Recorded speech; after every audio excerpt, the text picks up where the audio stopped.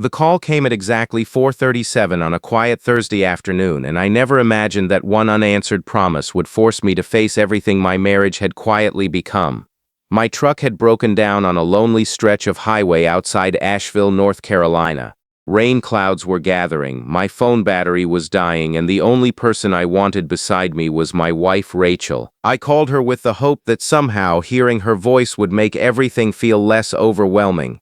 Instead, what happened next changed not only that day but the direction of our entire lives. If you believe that kindness, hope, forgiveness, compassion, and second chances still have the power to change lives, please take a moment to like this video, share it with someone who needs encouragement, leave a thoughtful comment, and subscribe to the channel.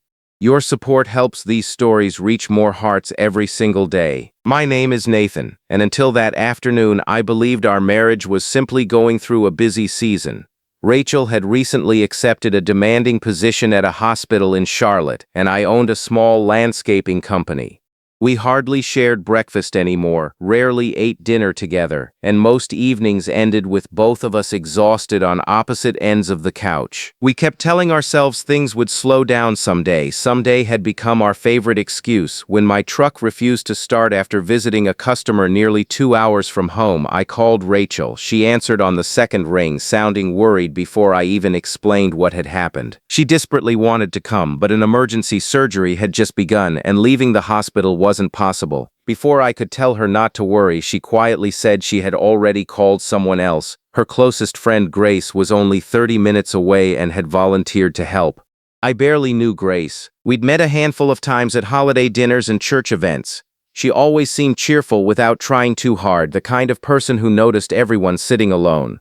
40 minutes later, an aging blue SUV pulled onto the shoulder behind my truck. Grace stepped out carrying jumper cables, bottled water, and an old toolbox that looked heavier than she was. She smiled as though helping stranded people on country roads was the most ordinary thing in the world. The battery wasn't the problem. Neither of us was an experienced mechanic, but after several attempts it became obvious something more serious had failed. There wasn't any repair shop within walking distance, and towing services estimated nearly 3 hours before anyone could arrive. Grace didn't complain once. She simply unfolded 2 lawn chairs from her trunk, handed me a sandwich she had packed for herself, and suggested we wait together instead of worrying separately. Those hours became some of the most honest conversations I'd had in years. Without asking intrusive questions, Grace somehow understood the silence I carried. She spoke about how easy it was for good people to slowly drift apart while convincing themselves they were sacrificing everything for the future. She admitted that years earlier she had nearly lost her own marriage because both she and her husband had confused providing for their family with actually being present for one another. Her words weren't advice, they were quiet confessions that somehow reflected my own life back at me.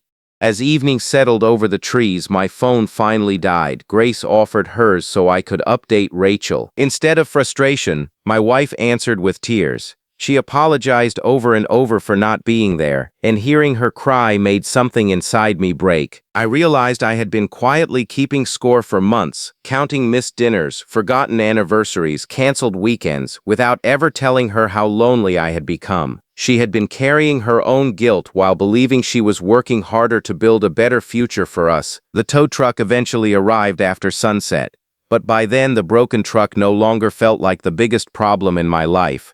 That weekend, Rachel and I sat on our back porch for nearly 5 hours without television, without phones, and without pretending everything was fine.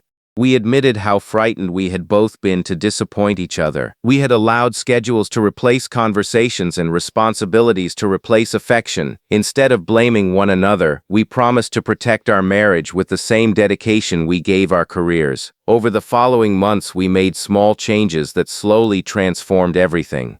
Friday evenings became non-negotiable family nights. Sunday mornings meant breakfast together before church. We stopped waiting for someday and started making time today. Grace never asked for thanks. She simply smiled whenever we invited her family over for dinner, insisting she had only done what any friend would have done, but I knew better.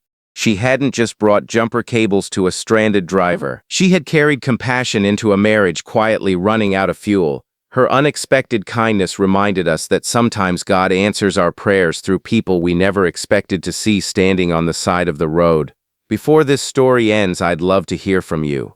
Please leave a comment telling us about a moment when someone's unexpected kindness changed your life. Your story might become the encouragement another viewer needs today. Years have passed since that afternoon in North Carolina, and every time I drive that same highway, I remember that broken-down truck with gratitude instead of frustration. I called my wife for help, but her friend arrived carrying something far more valuable than a toolbox. She reminded us that relationships aren't rescued by grand gestures. They're saved by ordinary people choosing compassion when it's needed most. If this story touched your heart, encouraged your faith, or reminded you that hope is never truly lost, please consider liking the video, sharing it with someone you care about, and subscribing for more heartfelt stories. Sometimes one small act of kindness can repair far more than we ever imagined.